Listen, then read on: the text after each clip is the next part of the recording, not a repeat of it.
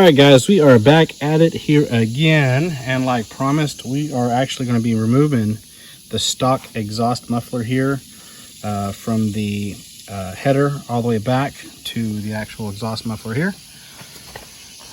Pretty simple. It's two 10 millimeter bolts, one right here, and it goes ahead and slide that down, and it's just held on by two right here, two 12 millimeter nuts. So what we're going to go ahead and do now is do the wiggle test, and as you see right here where it's joined and I can move it back and forth, I'm going to go ahead and just pull this apart and get the muffler and header downpipe off, and then we'll go ahead and show you what's inside this cat. Alright, so that is a look of where the head and header there meets. I don't know if that's a well or what, but it's kind of what it looks like to me here. We're going to go ahead and delete that. That's some sort of, I don't know, maybe a evac canister of some sort, but we're going to remove that. We'll take our Phillips, remove this heat plate, and then right here, inside this guy, that's our cat. So we're going to use the cutoff wheel and go inside and do some surgery and look at this bad boy and get it all cleaned out. And also too, while we're at it, here's the other end of the muffler. That's where it slips in, and there's the muffler, which you can see there's probably a spark arrestor inside there. We'll work on this part later, but let's go ahead and get this opened up. All right, so what I need to do is I'm going to use my cutoff wheel. I'm going to make a couple scoring marks to reference how this is actually connected, because what I'll be doing is cutting it here and here, and I want to make sure when I go back to weld it again, you know, there's no issues with that, and reconnecting it and making sure it goes back to its correct form.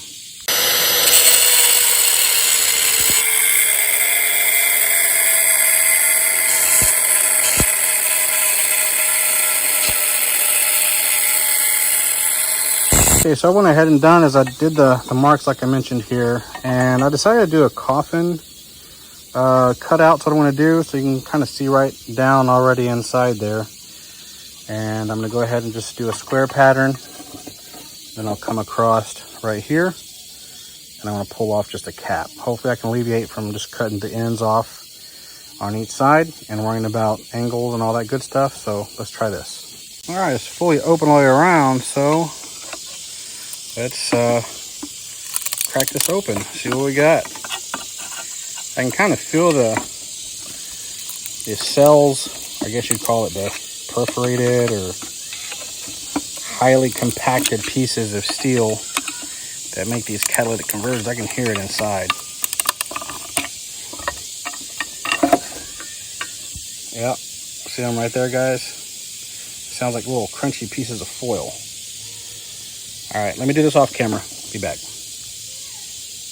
All right, she's fully open, guys, and there it is. That is the catalytic converter inside. And you can see how it's just kind of folded up in a circle, little pieces of steel. So I'm kind of glad I went this route, because I really didn't need to cut those ends off.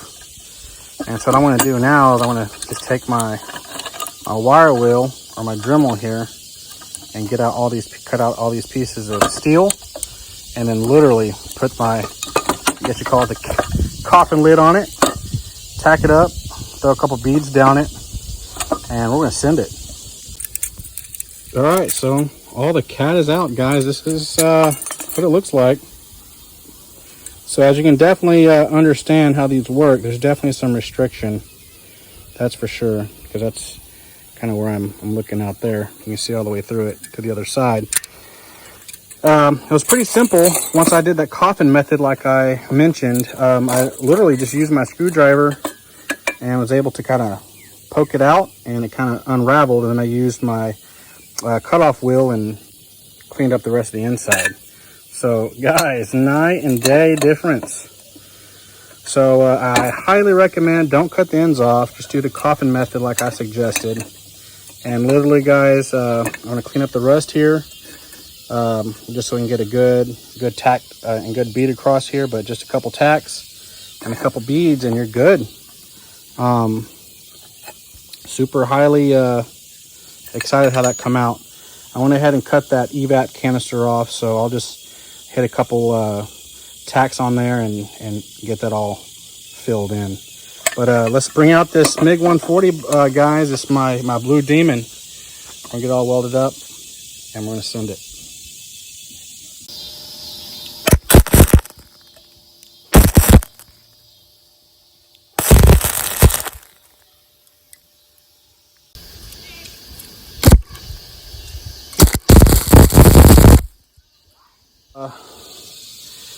Went ahead and did a couple tacks, a couple beads here, and cleaned it up the best I could. My flapper wheel, so it's not perfect, but definitely highly effective. So what I'm going to do later on down the road is just go ahead and heat wrap it. So that's it, guys. It's all done. It's all completely gutted. No more cat. Let's get it back on the bike, guys, and let's send it. The exhaust is all back here on the bike. And I think it's now time to go take it for a quick spin. So we're gonna go ahead and do a quick cold start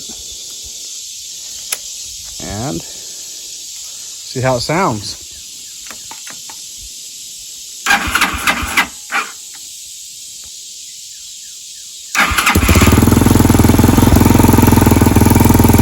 right, let it warm up a second, and we're gonna go hit the street. That's how much this has opened up. So right now I'm at the edge of the exhaust here. We can see just how far away that thing is hitting. That's it's pretty significant. It definitely opened this chamber all up. I know it doesn't probably seem big because it's probably a little over an inch in diameter, but